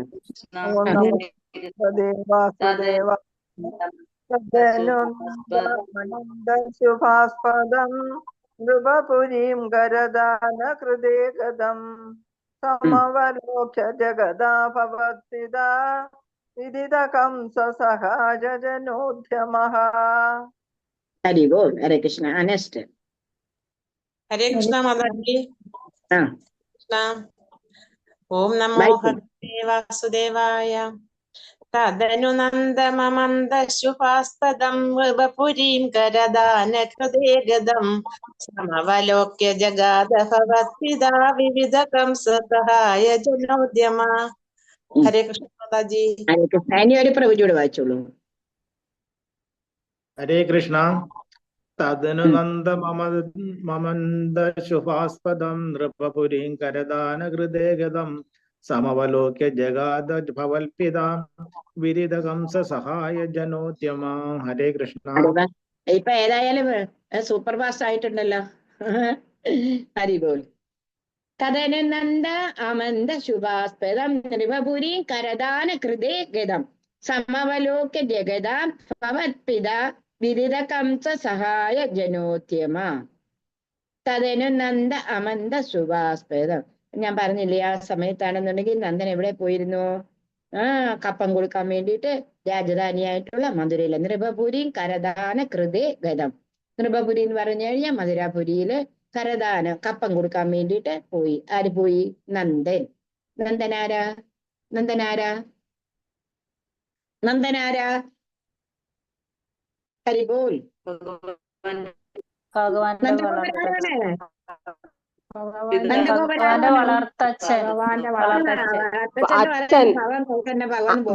അച്ഛൻ. ഭഗവാന്റെ അച്ഛനെ വളർത്തച്ഛൻ എന്ന് പറയണ്ട. കാര്യമൊക്കെ ശരി തന്നെ, ഭഗവാനെ എന്ന് പോലക്കേടി വരും എന്നുള്ളത്. സ്വന്തം മകനായിട്ടല്ലേ കഷ്ടം വളർന്നത്. കാരണം നന്ദനാണെന്നുണ്ടെന്നുണ്ടെങ്കിൽ എന്തിനു വേണ്ടിയിട്ട്? നൃപപുരിയിലെ കരദാനം കൊടുക്കാൻ, കപ്പം കൊടുക്കാൻ വേണ്ടിയിട്ട് പോയി. അങ്ങനെ സമവലോക്യ ജഗദാ ഭവത് പിത, അങ്ങയുടെ പിത ഭവത് പിത, അങ്ങയുടെ പിതാവ് എന്താ ചെയ്തിരിങ്ങനെ? സമവലോക്യ ജഗദാ ഭവത് പിത. അത് പിതാവ് എന്ന് പറഞ്ഞു കഴിഞ്ഞാൽ നന്ദഗോപരും വസുദേവരും കൂടെ ഒരു ബന്ധമൊക്കെ ഉണ്ട്. എന്നിട്ട് എന്താ കപ്പം എല്ലാം കൊടുത്തു കഴിഞ്ഞിട്ടാണെന്നുണ്ടെന്നുണ്ടെങ്കിൽ ജയിലിൽ പോയിട്ട് വസുദേവരെ കാണുന്നു. വസുദേവരെ കാണുന്ന സമയത്താണെന്നുണ്ടെന്നുണ്ടെങ്കിൽ അങ്ങയുടെ ഇവിടെ പിത എന്ന് പറഞ്ഞത് വസുദേവരെ തന്നെയാണ് പറഞ്ഞിരിക്കുന്നത്. വിവിധ കംസ സഹായ ജനോത്തമ. അന്നേരം വസുദേവർക്കൊരു സംശയമുണ്ട്, ഈ കംസൻ എന്തെങ്കിലുമൊക്കെ വില കാണിക്കാതിരിക്കില്ല. നന്ദഗോപർക്ക് ആ സംശയം വരില്ല. എന്താന്ന് വെച്ച് കഴിഞ്ഞാൽ നന്ദഗോപർക്ക് ഈ അകത്തെ ഒരു കാര്യങ്ങളും അറിയില്ലല്ലോ. വസുദേവരല്ലേ ഈ കുട്ടി അമ്പാടി കൊണ്ടാക്കുന്നതും അങ്ങനെ ഭഗവാന്റെ നിർദ്ദേശപ്രകാരം എല്ലാ കാര്യങ്ങളും ചെയ്യുന്നത് വസുദേവരല്ലേ. അന്നേരം വസുദേവർക്കെല്ലാം സത്യങ്ങളും അറിയാം. പക്ഷെ നന്ദൻ ഒരു സത്യം അറിയില്ല. അതുകൊണ്ട് എന്ത് ചെയ്യാ? കംസൻ എന്തെങ്കിലും പരിപാടി ഒപ്പിക്കും. പ്രത്യേകിച്ച് ജഗത്മാത പറഞ്ഞിട്ടില്ലേ, അമ്മ പറഞ്ഞില്ലേ, ചണ്ഡീദേവി പറഞ്ഞില്ലേ, എന്താ പറഞ്ഞത്? കംസ, നിന്നെ കൊല്ലാനുള്ളവൻ ഈ ഭൂമിയിലുണ്ട്, നീ അവനെ കണ്ടുപിടിച്ച് വേണ്ടത് ചെയ്തോളാൻ പറഞ്ഞില്ലേ. അതെല്ലാം വസുദേവർക്ക് അറിയാമല്ലോ. അതുകൊണ്ട് വസുദേവർക്കൊരു ഭയം. നന്ദൻ ഇവിടെ വരുന്ന സമയത്ത് അമ്പാടിയില് കുഞ്ഞിനെ കൊല്ലാൻ വേണ്ടിയിട്ട് എന്തെങ്കിലും കാര്യങ്ങള് ഈ കംസൻ ഒപ്പിക്കുമെന്ന് അറിയാം. അതുകൊണ്ട് നന്ദഗോപർ എന്താ ചെയ്യുന്നത്? നന്ദഗോപരോട് പറയുന്നു, വസുദേവർ പറയുന്നു, പെട്ടെന്ന് പോവൂ, എന്തായാലും അറിയാൻ പറ്റില്ല, കുഞ്ഞു ഭാവേ ഉള്ളതല്ലേ, അതുകൊണ്ട് അറിയാൻ പറ്റില്ല, അതുകൊണ്ട് പെട്ടെന്ന് ഇവിടെ നിന്നിട്ട് പോവാൻ പറയുന്നു. ഐസവേ തവ ബാലക ജന്മമാസുവയദേത്യ നിജാൽമജ ജന്മവത് ഇതി ഭവ പ്രതിതാമ്രജനായകേ സമതിരോപസംചതമാദരാത്. ഐസഹേ തവ ബാലക ജന്മമാ സുഹയദേത്യ നിജാൽമജ ജന്മവത് ഇതി ഭവ പ്രതിതാമ്രജനായകേ സമതിരോപ്യ സമാദരാത്. ഐസഹേ തവ ബാലക ജന്മമാ സുഹയദേത്യ നിജാൽമജ ജന്മവത് ഇതി ഭവ പ്രതിതാമ്രജനായകേ സമതിരോപ്യ സമാദരാത്. ഐസഹേ തവ ബാലക ജന്മമാ സുഖയദേത്യ നിജാത്മജ ജന്മവത് ഇതി ഭവത് പ്രതിതാമ്രജനായകേ സമതിരോപസംച തമാധരാത്. വായിച്ചോളൂ. ഹരേ കൃഷ്ണ. ഓം നമോ ഭഗവതേ വാസുദേവായ. അയി സഖേ തവ ബാലക ജന്മ മാം സുഖയദേദ്യ നിജാത്മജ ജന്മവാദ് ഇതി ഭവത് പൃഥുതാമ്രജനായകേ സമതിരൂപ്യ ശശംസത തമാദരാത്. ഹരേ കൃഷ്ണ. ഹരിബോൾ. ഹരേ കൃഷ്ണ. ഹരേ കൃഷ്ണ. ഓം നമോ ഭഗവതേ വാസുദേവായ. ഐ സഖേ തവ ബാലരാജന്മമാം സുഖയദേദ്യാമിജാത്മജ ജന്മവത് ഇതി ഭവത്പ്രജനായകേ സമതിരോപ്യ ശശംസ തമാദരാത്. ഹരേ കൃഷ്ണ. ഹരിബോൾ. ഉറക്കം വായിക്കത്തെന്താ? ഉറക്കെ വായിച്ചത്. ശബ്ദം കേട്ടിട്ട് അതിൽ ആരെങ്കിലും ഭ്രമിച്ചു പോകുമെന്ന് വിചാരിച്ചിട്ടാണോ? അല്ല. നാരായണയ ഉറക്കെ തന്നെ വായിക്കണം. അതല്ലേ ഞാൻ ഈ തൊണ്ട കീറി പറയുന്നത്. മനസ്സിലായോ? പറഞ്ഞേ തൊണ്ട എടുക്കാൻ വയ്യാന്നുണ്ടെങ്കിലും ഉറക്കെ വായിക്കണം നാരായണ. എനിക്ക് ഫോണിന് എന്തോ കുഴപ്പമാണ്, എനിക്ക് കേട്ടൂടാ കേട്ടാ. ഞാൻ അതെ, ഒന്ന് നോക്കാം പതുക്കെ. ഞാൻ പറയണ കേൾക്കോ എന്തോ മാതാജി? കേൾക്കണുണ്ടോ? കേൾക്കുന്നുണ്ട്, നല്ലോണം കേൾക്കുന്നുണ്ട്. എനിക്ക് ഇങ്ങോട്ട് സൗണ്ട് കുറവ്, എന്താണെന്ന് അറിയില്ല. ഞാൻ വായിക്കട്ടെ എന്നാ. വായിച്ചു. സ്വാമി. ഓം നമോ ഭഗവതേ വാസുദേവായ. അയി സഖേ തവ ബാലക ജന്മമാം സുഖയദേദ്യ നിജാത്മജ ജന്മവത് ഇതി ഭവത് പിതൃതാം പ്രജനായകോ നായകേ സമതിരോപ്യ ശശംസതമാദരാത്. ഹരേ കൃഷ്ണ. ഹരിബോൾ. എത്ര നല്ലോണം വായിച്ചു. ഇനി നമ്മുടെ ഒരു പ്രഭുജിമാര് വായിച്ചേ. ഇങ്ങോട്ടൊന്നും കേൾക്കില്ല. ഫോണിനാണോ? പ്രഭുജിമാര് വായിക്കോ. പ്രഭുച്ചി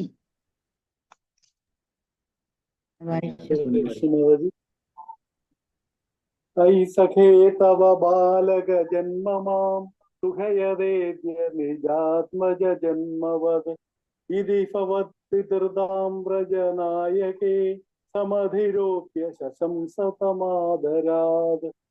ഹരിബോൾ. ഹരേ കൃഷ്ണ. എന്ത് രസോ കേൾക്കാൻ കൊണ്ട്.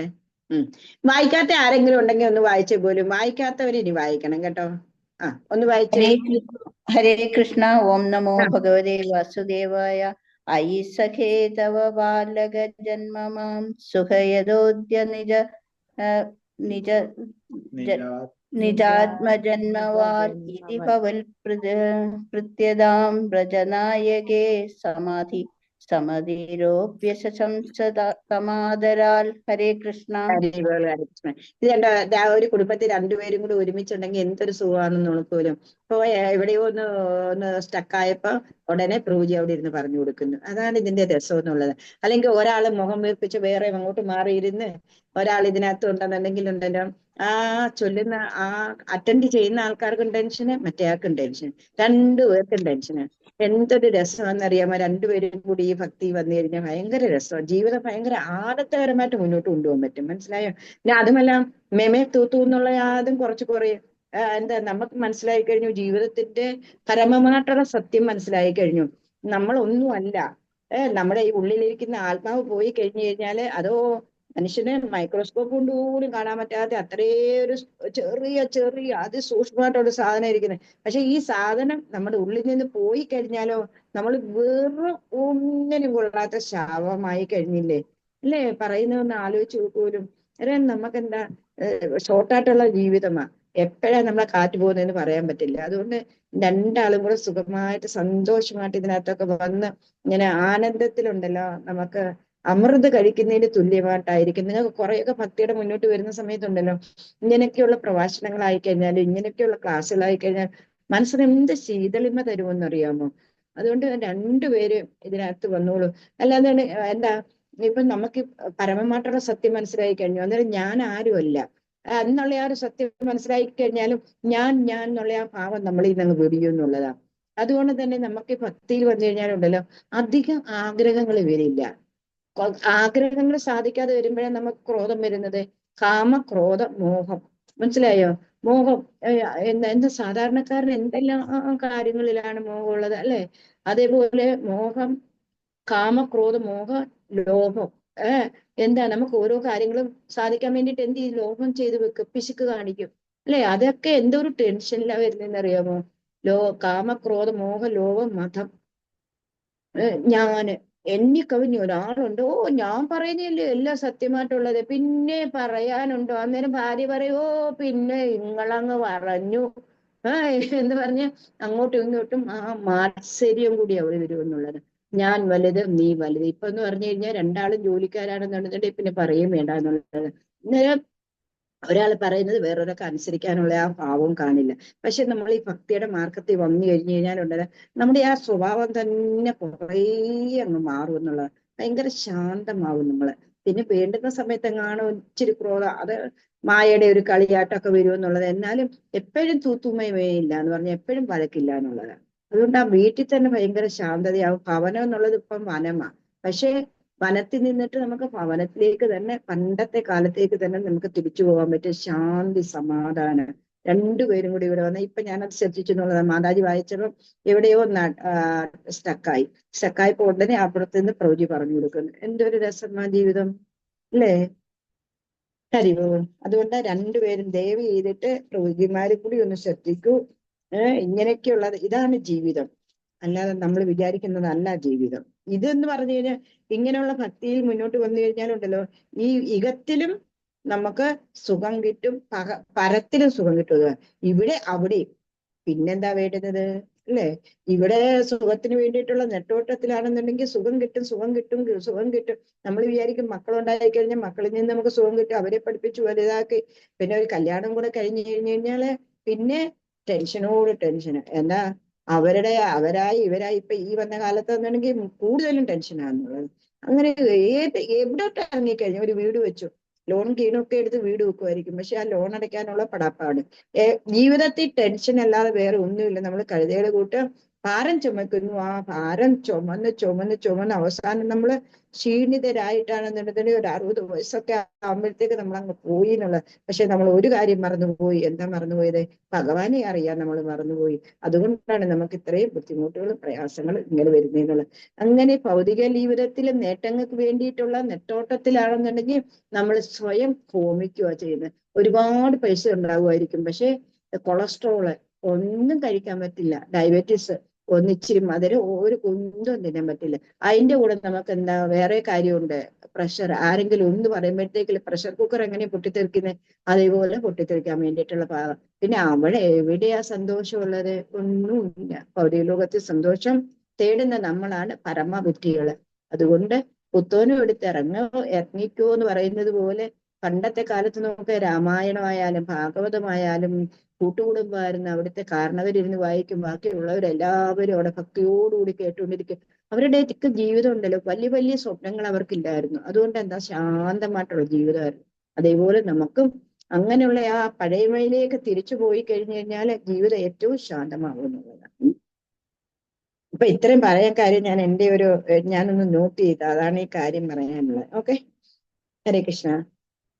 എന്നിട്ട് സഖേ അന്നേരം പറയുന്ന സഖേ എന്താണ് നന്ദഗോപരോട് അതെന്നുണ്ടെങ്കിൽ വസുദേവർ പറയുക, തവ ബാലക ജന്മമാ, നിന്റെ ബാലകന്റെ ജന്മമൊക്കെ ഞാൻ അറിഞ്ഞു. സ്വയതേറ്റ് നിജാത്മജ ജന്മവത്, ബാലകനും യശോദയ്ക്കും എല്ലാവർക്കും സുഖമല്ലേ? നിനക്കൊരു ഉണ്ണി ഉണ്ടായപ്പോഴുണ്ടല്ലോ എനിക്കൊരു ഉണ്ണി ഉണ്ടായതുപോലെ എനിക്ക് സന്തോഷം തോന്നുന്നുണ്ട്. വസുദേവർക്കറിയാലോ വസുദേവരുടെ ഉണ്ണിയ നന്ദഗോപന്റെ വീട്ടിൽ എന്നുള്ളത്. ഞാൻ പറയും നിനക്കൊരു ഉണ്ണി ഉണ്ടായതുകൊണ്ട് എനിക്ക് ഒരു ഉണ്ണി ഉണ്ടായതുപോലുള്ള സന്തോഷം എനിക്ക് തോന്നുന്നു. ഇത് പ്രതിതാം വചനായകി. പക്ഷെ എന്നിട്ട് എന്താ ചെയ്യുന്നത്? വസുദേവര് നന്ദഗോപനിൽ തന്നെ ഭഗവാന്റെ പ്രതിഷ്ഠം കൊടുക്കുകയോ ചെയ്യുന്നത്. എന്താ വസുദേവരുടെ കുട്ടിയാന്ന് പറഞ്ഞു കഴിഞ്ഞാൽ പിന്നെ കംസൻ അന്നേരം തന്നെ അതിനെ തൂക്കിയെടുത്തോണ്ട് പോവില്ലേ. അതുകൊണ്ട് എപ്പോഴും ഗോപ്യമായിട്ട് അവർ വെച്ചു എന്നുള്ളത്. നന്ദഗോപനെ നിനക്കൊരു കുഞ്ഞുണ്ടായത് ഞങ്ങൾക്ക് ഭയങ്കര സന്തോഷമായി. ആ കുഞ്ഞും എല്ലാവരും സുഖമായിട്ടിരിക്കുന്നുണ്ടല്ലോ.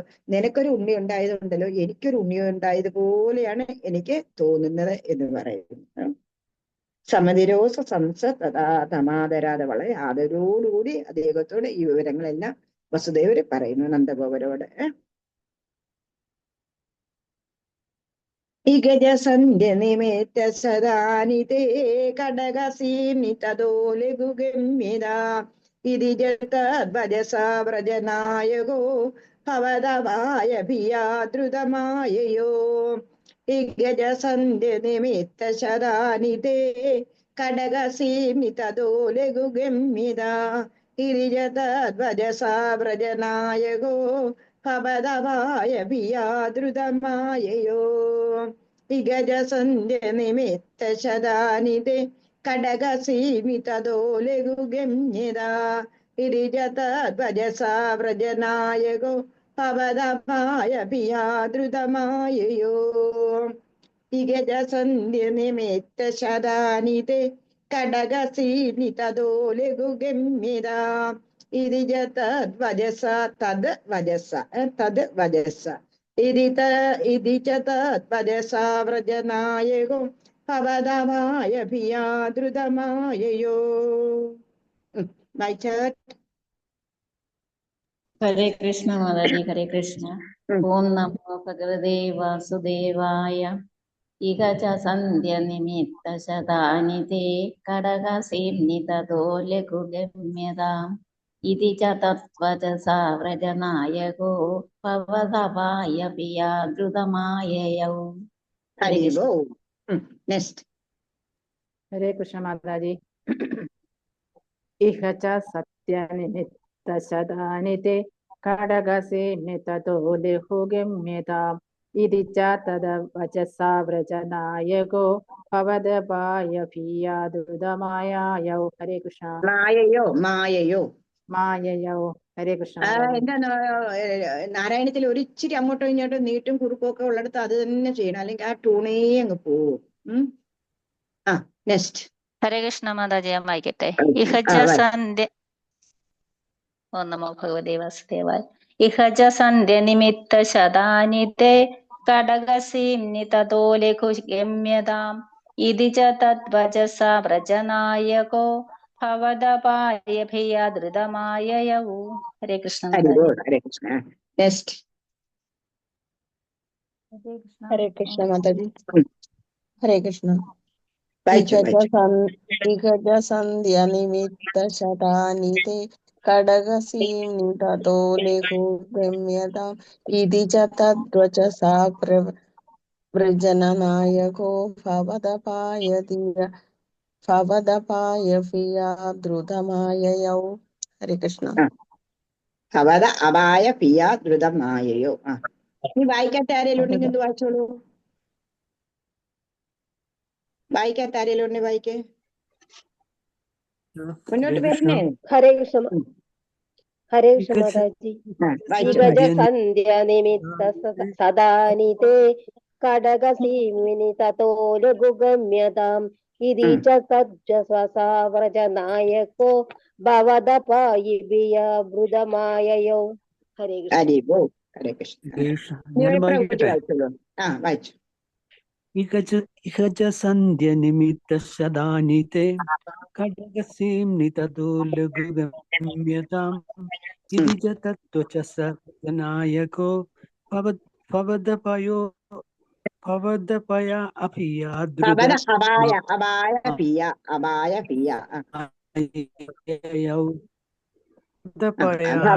അപായ പിയ. വേണമെങ്കിൽ ആ ആയ അവിടെ മേളിൽ എഴുതിക്കൊള്ളു, അല്ലാതെ നിങ്ങളുടെ ബുക്കിൽ ഇല്ലെങ്കില് അപായം ഉണ്ടാവും എന്നുള്ള ഭീതിയില് പെട്ടെന്ന് മടങ്ങിപ്പോന്നു. അതാണ് പറയുന്നത്. ദ്രുതമായയോ. ഇനി ഒരു പ്രൗജി വായിച്ചോ. പ്രൗജിമാര് വായിക്കേ.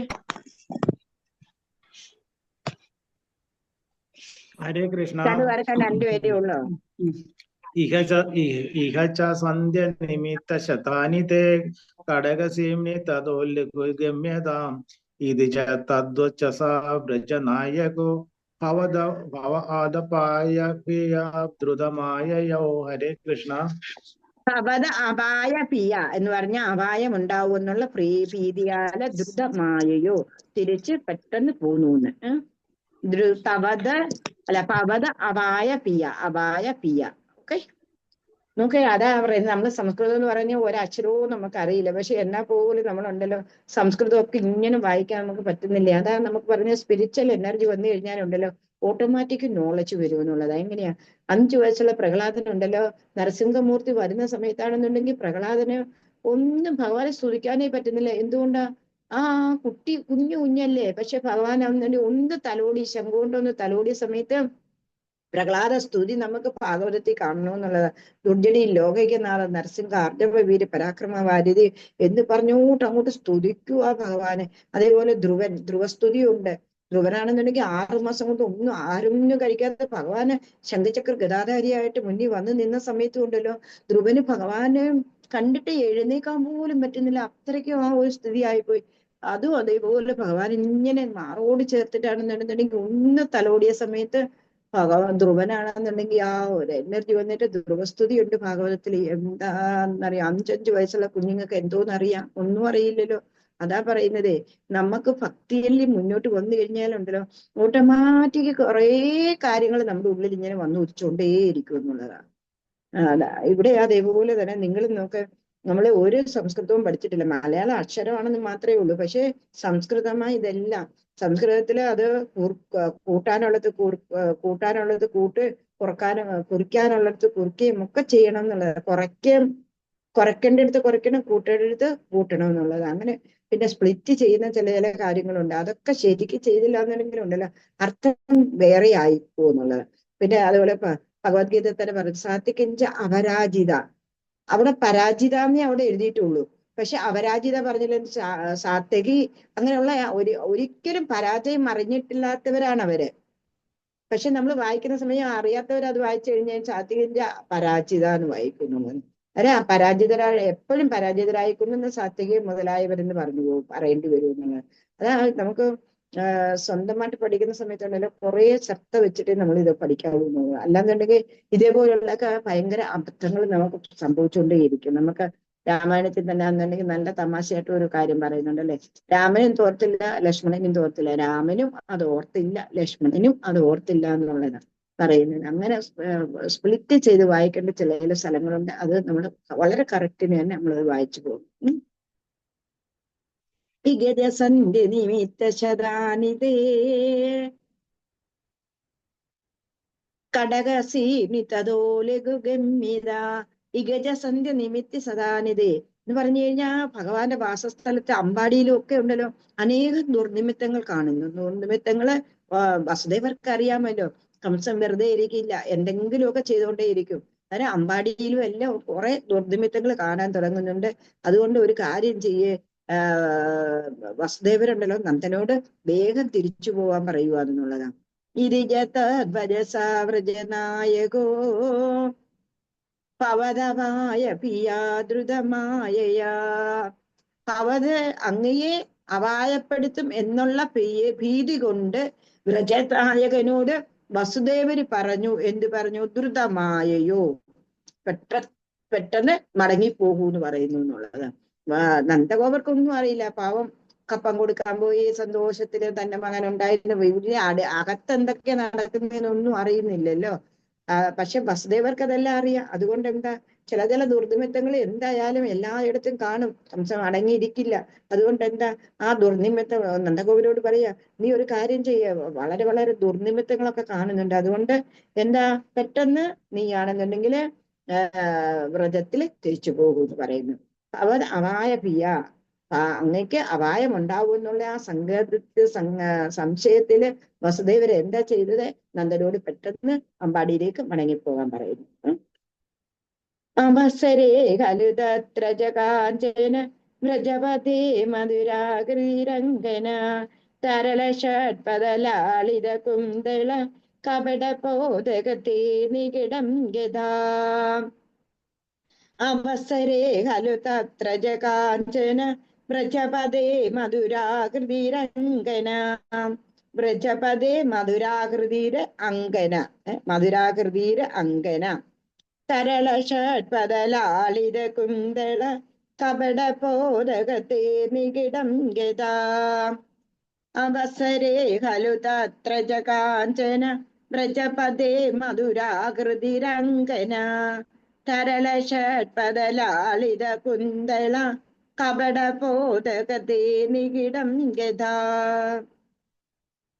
തരള ഷഡ്പദലാളിത കുന്തള കപട പോതകത്തെ നികിടം ഗത. അയച്ചാട്ട്. ഹരേ കൃഷ്ണ. ഓം നമോ ഭഗവതേ വാസുദേവായ.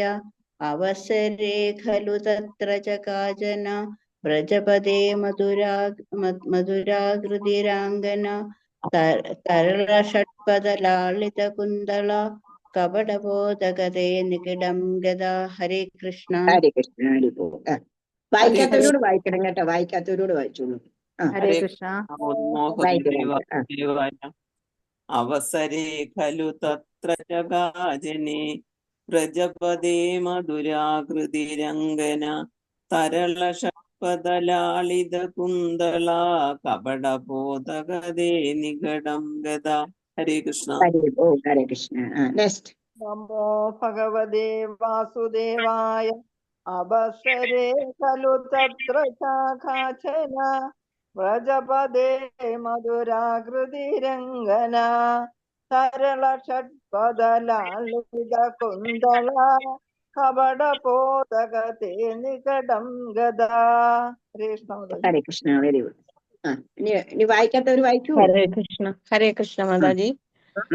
അവസരേ ഖലു തത്ര ച കാചന വ്രജപദേ മധുരാകൃതിരംഗന തരള ഷഡ്പദലാളിത കുന്തള കപടബോധഗതേ നികടം ഗദാ. ഹരേ കൃഷ്ണ. ഹരേ കൃഷ്ണ. നെക്സ്റ്റ്. ഹരേ കൃഷ്ണ. ഓം നമോ ഭഗവതേ വാസുദേവായ. അവസരേ ഖലു തത്ര ജഗാജന വ്രജപദേ മധുരാകൃതിരംഗന തരള ഷഡ്പദലാളിത കുന്തള കപടബോധഗതേ നികിടം ഗദാ. ഹരേ കൃഷ്ണ. ഹരേ കൃഷ്ണ. ഇനി ആരെങ്കിലും വായിക്കാത്തുണ്ടെങ്കിൽ ഒന്ന് വായിച്ചോളൂ, കിട്ടുന്ന സന്ദർഭം വായിച്ചോളൂ. ഹരേ കൃഷ്ണ. അവസരേ ഖലു തത്ര കാഞ്ചന വൃജപദേ മധുരാകൃതിരംഗന തരള ഷഡ്പദലാളിത കുന്തള കപടബോധഗതേ നികിടം ഗദാ. ഹരേ കൃഷ്ണ. ഹരേ കൃഷ്ണ. ഹരിബോൾ. സുനിൽ വായിക്കേ.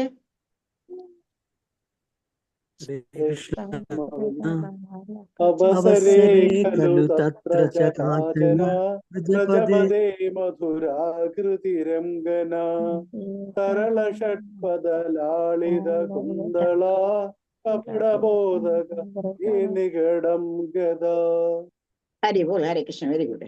അവസരേ ഖലു തത്ര കാഞ്ചന. ഈ അവസരത്തിലോ അമ്പാടിയിലെ ഒരു കാഞ്ചന, ഒരു മനോഹരിയായിട്ടുള്ള ഒരു സ്ത്രീ അവിടെ വരുന്നു.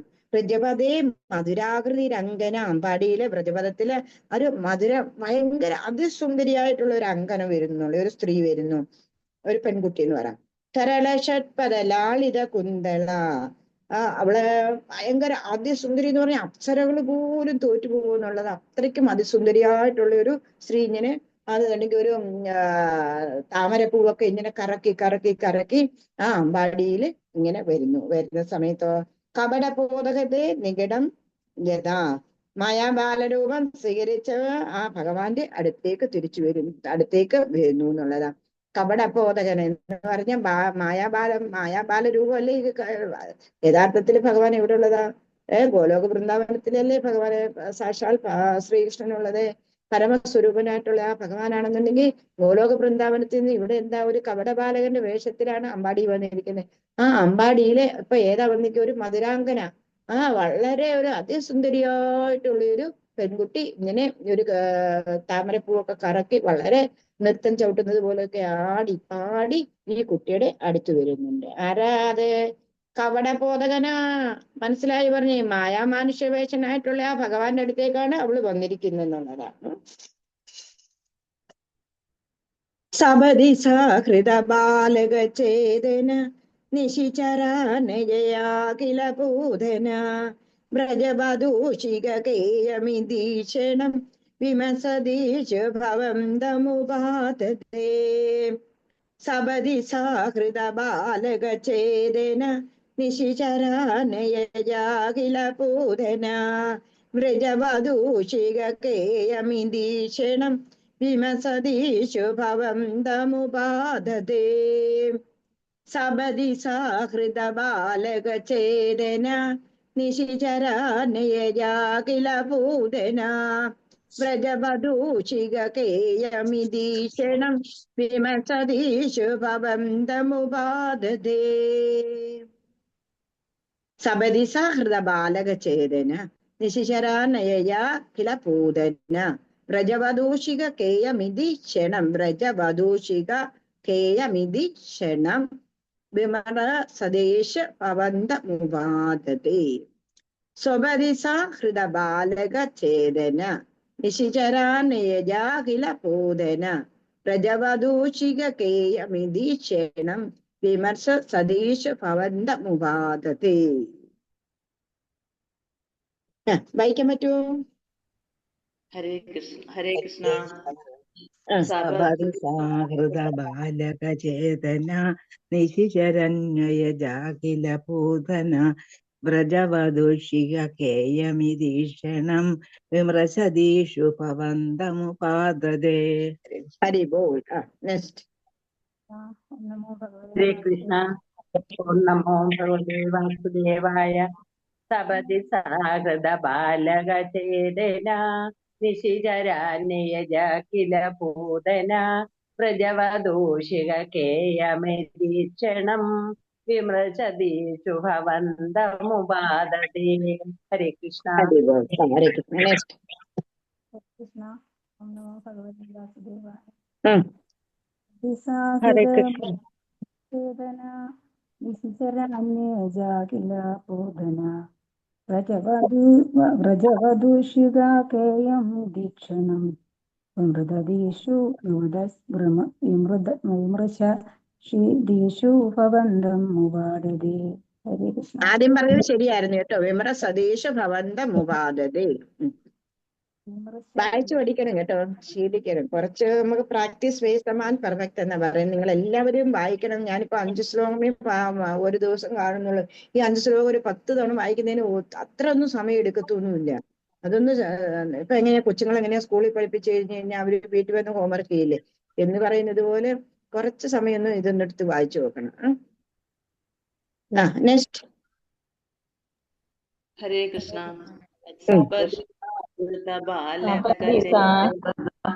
ബാലകചേതന നിശിചരാന്യയജാകില പൂതന വ്രജവധൂഷിക കേയമിതീക്ഷണം വിമൃശതീഷു ഭവന്തമുപാദതേ. ഹരേ കൃഷ്ണ. ഹരി ബോൾ. നെക്സ്റ്റ്. ഹരേ കൃഷ്ണ. നമോ ഭഗവതേ വാസുദേവായ. സബതി സാഹൃദ ബാലകചേതന നിശിചരാന്യയജാകില ഭൂതന പ്രജവദൂഷിക ഭവന്തമുപാദതേ. ഹരേ കൃഷ്ണ. ഇനി ഒരു പ്രവചനം വായിച്ചോളൂ. ഹരേ കൃഷ്ണ. സബതി സാഹൃദ ബാലകചേതന നിശിചരാന്യയജാകില പൂതന വ്രജവധൂഷിക കേയമിതീക്ഷണം വിമൃശതീഷു ഭവന്തമുപാദതേ. ഹരേ കൃഷ്ണ. ഹരി ബോൾ. Very good. സബതി സഹൃദ ബാലകചേതന. ഇവൾ ആരാണ്? ഒരുപാട് ബാലകന്റെ ഹൃദയത്തെ സ്തംഭിപ്പിച്ചവളാണ്. മനസ്സിലായി പറഞ്ഞ പ്രാണനെ അപകരിച്ചവളാണ് ഇവള്.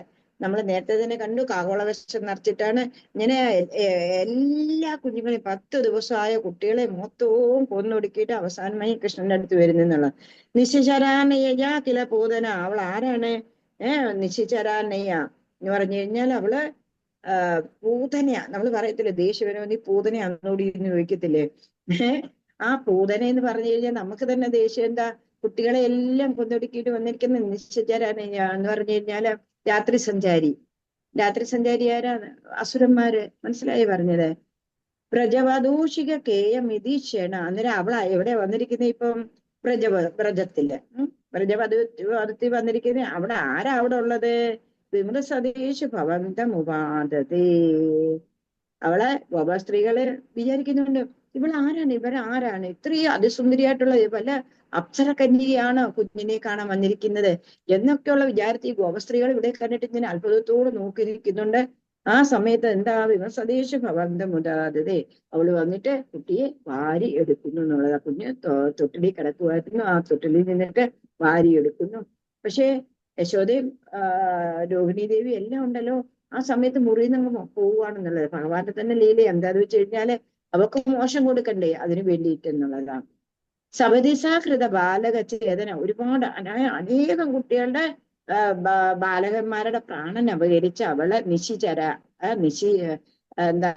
നിശാചരിയായിട്ടുള്ള അവളുടെ പേരെന്താ, പൂതന. അവൾ എവിടെ വന്നു? മൃജവദൂഷിക കേയമീക്ഷണം. എന്നിട്ട് അവള് എവിടെയാ വന്നത്? വ്രജത്തിൽ വന്നിരിക്കുന്നു. അവള് പക്ഷെ അസുരത്തിയായിട്ടാണോ അവൾ വരുന്നതല്ല, വളരെ അതിസുന്ദരിയായിട്ടുള്ള ഒരു സ്ത്രീയായിട്ടാ വരുന്നതെന്നുള്ള ലളിത വേഷമൊക്കെ കിട്ടി നല്ല ഒരു അസലൊരു ഗോപസ്ത്രീ അല്ലെങ്കിൽ അപ്സര സ്ത്രീയുടെ കൂട്ടാണ് അവളവിടെ വന്നിരിക്കുന്നത് എന്നുള്ളതാണ്. വിമസതേഷു ഭവന്തമുവാദതേ, എല്ലാ അപ്സര ഗോപസ്ത്രീകളും വിചാരിച്ചു ഇവളാര്. പക്ഷെ അതെന്നുണ്ടെങ്കിൽ അവളെന്താ വന്ന് നേരെയാണെന്നുണ്ടെന്നുണ്ടെങ്കിൽ വന്നിട്ട് കണ്ണനെ വാരി എടുക്കുക ചെയ്യുന്നത്. അങ്ങനെ ആ കണ്ണനെ വാരി എടുത്തിട്ട് പിന്നെ ബാക്കിയുള്ള കാര്യങ്ങളെല്ലാം നാളെ എന്താണെന്നൊക്കെ നമുക്കറിയാം. എന്നാൽ തന്നെ നമ്മുടെ ഈ ഇതിനകത്തുള്ളത് നമുക്ക് പഠിച്ചെടുക്കാം നാളെ എന്താണെന്നുള്ളത്. ഭഗവാന്റെ ആ ഓരോരോ ലീലകൾ നോക്ക്. ഭഗവാന്റെ ലീലകൾ എന്ന് പറഞ്ഞു കഴിഞ്ഞാൽ ഗോകുലത്തിൽ ഭഗവാൻ വെറും 4.5 വയസ്സ് വരെ ലീല കളിച്ചിട്ടുള്ളൂ എന്നുള്ളതാണ്. മനസ്സിലായോ? ഗോകുലത്തിൽ നിന്ന് പിന്നെ അവരെവിടെ പോയി? നന്ദകാവിൽ പോയി.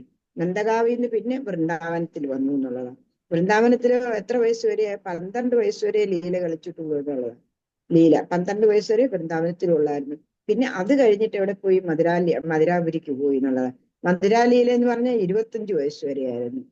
അത് കഴിഞ്ഞിട്ട് ഭഗവാൻ മധുരയിൽ നിന്നും പോയി എവിടെയാ പോയത്? താരകയില്. പിന്നെ അവിടെയാണ് രാജാവാന്നുള്ള ആ ഒരു ചക്രവർത്തി പദത്തിലുള്ള ലീലയാണ് മൊത്തവും അവിടെ കാണിച്ചിട്ടുള്ളത്. താരകാലീല എത്ര വയസ്സ് വരെ? 125 വയസ്സ് വരെ. ഭഗവാൻ 125 വയസ്സ് വരെയാണ് ഈ ഭൂമിയില് തന്റെ ലീലകളാടി. ഇന്ന് പിന്നെന്താ സ്വധാമത്തിലേക്ക് തിരിച്ചു പോകുന്നു ഭഗവാൻ. അതാണ് പറയാതെ പറ്റുന്നത്. അങ്ങനെ പൂതനെ എടുത്തിട്ട് കൊച്ചിനെ എടുത്തോട്ട് മടി വെച്ചുകൊണ്ടിരിക്കട്ടെ. നമ്മുടെ സമയം കഴിഞ്ഞത് കൊണ്ട് നമുക്കാണെന്നുണ്ടെങ്കിൽ പൂതനെ സ്വതന്ത്രമായിട്ട് വിടാം. നമുക്ക് ഇത്രയും പഠിച്ചത് 5 ശ്ലോകങ്ങൾ പഠിച്ചു. അതെല്ലാം പുണ്യ ഭഗവാന്റെ തൃപാദത്തിൽ നമുക്ക് സമർപ്പിച്ചുകൊണ്ട് ഇന്നത്തെ ക്ലാസ് നമുക്ക് ഇവിടെ സ്റ്റോപ്പ് ചെയ്യാം. അതുകൊണ്ട് നിങ്ങൾക്ക് എന്തെങ്കിലും സംശയങ്ങൾ ഉണ്ടെന്നുണ്ടെങ്കിൽ ചോദിക്കാം. ആർക്കെങ്കിലും എന്തെങ്കിലും സംശയങ്ങൾ ഉണ്ടെങ്കിൽ ചോദിക്കാം. അറിയുന്നതാണെങ്കിൽ പറഞ്ഞുതരാം, അല്ലാത്താണെങ്കിൽ പറഞ്ഞിരിക്കാം.